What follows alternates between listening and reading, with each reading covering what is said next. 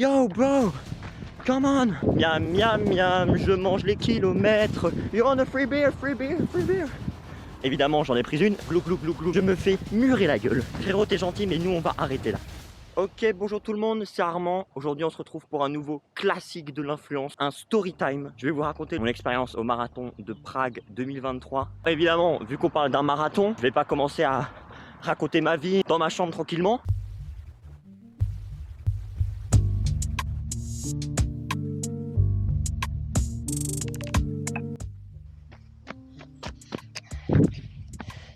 C'est vraiment chiant de devoir toujours revenir chercher la caméra. Du coup, marathon international de Prague 2023. Faut savoir que Prague, c'est la capitale de la République tchèque.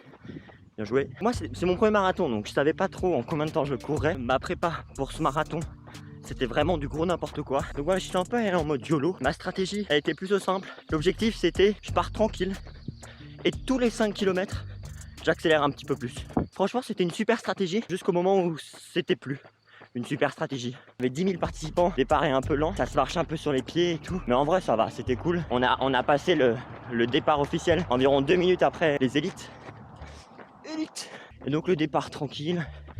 Je suis souriant, je suis heureux. À ma droite, il y avait un jeune couple. Et le gars, pile au moment où les gens s'avancent pour le départ, qui décide de lasser ses chaussures. Et du coup, c'était super drôle parce qu'il buguait et tout. Il était là, mes chaussures. Du coup, vu que je suis parti dans le sas de 3h30, qui est un peu en dessous de mon niveau, puis là, je dépasse les gens et tout, c'est cool. On s'amuse. Le premier ravito, je crois que je le prends même pas parce que je suis trop bien.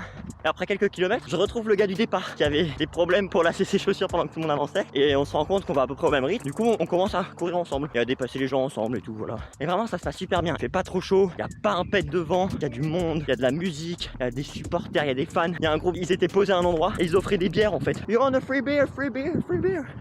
Évidemment j'en ai pris une, c'est faux. Et donc on court avec ce gars. Et puis on arrive à, on va dire au 15e kilomètre, quelques ravitaux, je me prends de l'eau. La bonne eau, glou glou glou glou. Je gère bien et je me sens trop frais. Je crois que j'ai une petite douleur sur la jambe droite, mais c'est vraiment rien d'inquiétant. On court à peu près aux 15 km.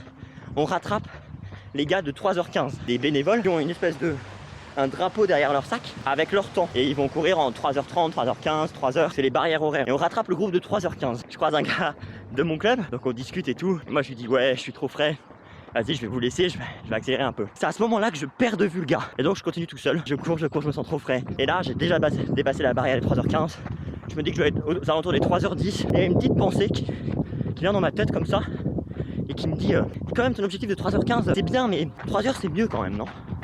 J'ai cette pensée qui arrive dans ma tête, je passe le semi et là je me dis quand même, je vais aller chercher les 3h. Je commence à encore élever le rythme et malheureusement bon voilà quoi, j'ai craqué.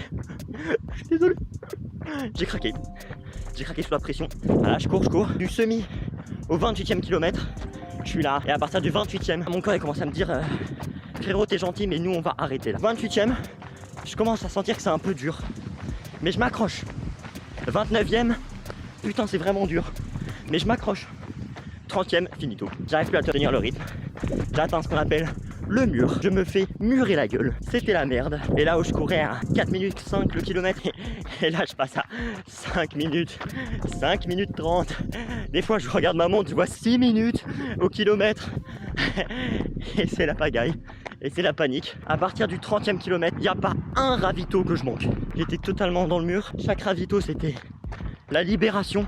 Et là, vraiment, je compte les kilomètres. Je me fais tourner une musique dans ma tête. Miam, miam, miam, je mange les kilomètres. Miam, miam, miam, je mange les kilomètres. Ça en boucle, dans ma tête. Pour faire passer le temps, pour oublier que tout mon corps et mon cœur ne sont plus là. Ils veulent arrêter, c'est fini, hein. Le mur m'a eu. Et donc les kilomètres s'enchaînent et toujours je ralentis parce que je suis à 5 minutes ou 5 minutes 30 au kilomètre. Les gens me dépassent et tout, bon voilà, c'est la vie hein. Quand t'es dans le mur, c'est dans le mur, faut assumer. Et là, coup de massue au 39e kilomètre, les gars de 3h15 qui me redépassent. Là c'était dur. Je pensais avoir sécurisé le 3h15, j'avais espoir de faire 3h, mais là tous mes rêves se sont effondrés. Mon objectif de tout faire 3h15 était hors de portée, je les voyais s'éloigner. Et là, je vois qui? Le gars du départ, qui lassait ses chaussures pendant que tout le monde avançait. Le mec avec lequel j'avais couru 15 bornes. Et je le vois, il essaye de les accrocher les 3h15. Il donne tout, mais je vois que c'est dur. Et pile quand il arrive à ma portée, il me dépasse et après il s'arrête. Et là je vois ça. La vie de moi, que je vais le voir. Je lui dis yo bro, come on, it's almost over. Go, go, go. Moi je savais que pour moi c'était fini les 3h15.